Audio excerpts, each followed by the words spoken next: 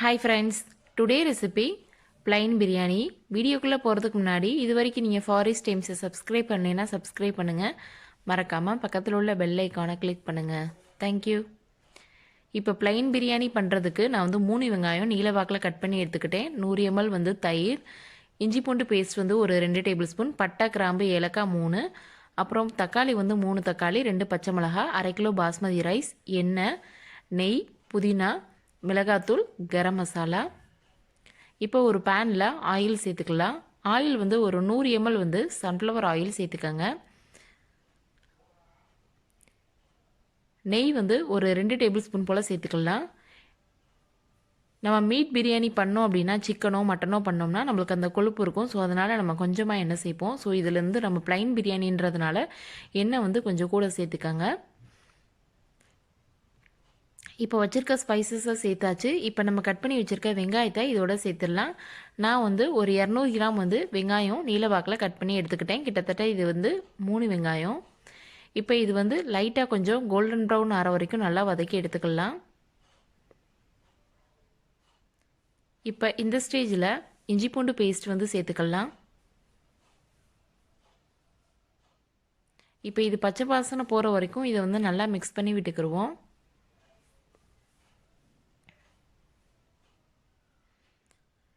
இப்போ இது வந்து பச்சை வாசனை போகிற வரைக்கும் நல்லா மிக்ஸ் பண்ணி விட்டாச்சு. இந்த ஸ்டேஜில் பச்சை மிளகாவும் புதினாவும் சேர்த்துக்கலாம். இப்போ இது ஒரு 2 நிமிஷம் போல் வதக்கின பிறகு தக்காளி வந்து சேர்த்துக்கிடுவோம். தக்காளியும் 200 கிராம் வந்து தக்காளி எடுத்துக்கிட்டேன். எந்தளவு வெங்காயம் எடுத்தோமோ ஸோ அதே அளவு வந்து தக்காளி எடுத்துக்கோங்க. கிட்டத்தட்ட இதுவும் ஒரு 3 அளவு தக்காளி. இப்போ இந்த உப்புலாம் போட்டு இதை வந்து கொஞ்சம் வதக்கி எடுத்துக்கிடுவோம் வெங்காயம் தக்காளியை. இப்போ வெங்காயம் தக்காளி இந்த அளவுக்கு நல்லா வதங்கிடுச்சு. இப்போ இந்த ஸ்டேஜில் மிளகாத்தூள் வந்து ஒரு 1/2 டேபிள் ஸ்பூன், கரம் மசாலா வந்து ஒரு 1/4 டீஸ்பூன் போல் சேர்த்துக்கோங்க. இப்போ இது பச்சை வாசனை போகிற வரைக்கும் நல்லா மிக்ஸ் பண்ணி விட்டாச்சு. இந்த ஸ்டேஜில் வந்து தயிர் சேர்த்துக்கலாம். இப்போ தயிரையும் நல்லா இந்த வெங்காயம் தக்காளியோட நல்லா மிக்ஸ் பண்ணி விட்டுக்கிடுவோம். நல்லா மிக்ஸ் பண்ணி விட்ட பிறகு தண்ணி வந்து நான் வந்து இன்றைக்கி வந்து 1/2 கிலோ பாஸ்மதி ரைஸ்க்கு 3/4 லிட்டர் வந்து தண்ணி வந்து கரெக்டாக இருக்கும். நான் வந்து ரைஸை வந்து ஒரு 1/2 அன் ஹவருக்கு முன்னாடியே வாஷ் பண்ணி ஊற வச்சு எடுத்துக்கிட்டேன். இப்போ இந்த ரைஸ்க்கு தேவையான அளவு உப்பு சேர்த்துக்கங்க. உப்பு சேர்த்துட்டு இதை வந்து மூடி வச்சிடலாம். இது வந்து நல்லா கொதிக்கட்டும்.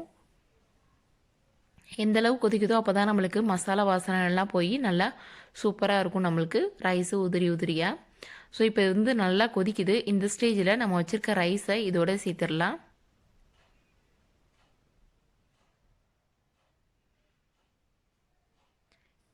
இப்போ இந்த ஸ்டேஜில் இந்த ரைஸ்க்கு தேவையான அளவு உப்பு வந்து கரெக்டாக இருக்கா நீங்கள் வந்து செக் பண்ணி பார்த்துக்கோங்க. சப்போஸ் வந்து உப்பு இல்லை அப்படின்னா நீங்கள் கொஞ்சம் உப்பு சேர்த்துக்கோங்க.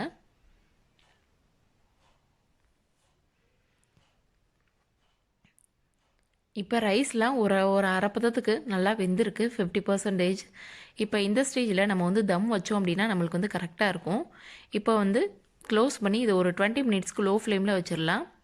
இப்போ ஒரு 20 மினிட்ஸ்க்கு அப்புறம் ரைஸ் வந்து சூப்பராக ரெடி ஆயிடுச்சு. நல்லா உதிரி உதிரியாக சூப்பராக ரெடி ஆயிடுச்சு. ஓகே ஃப்ரெண்ட்ஸ், கண்டிப்பாக நீங்கள் ட்ரை பண்ணி பாருங்கள். ரொம்பவே சூப்பராக இருக்கும். இந்த வீடியோ உங்களுக்கு பிடிச்சிருந்துச்சுன்னா லைக் பண்ணுங்கள், ஷேர் பண்ணுங்கள், கமெண்ட் பண்ணுங்கள், மறக்காமல் சப்ஸ்கிரைப் பண்ணுங்கள். தேங்க்யூ.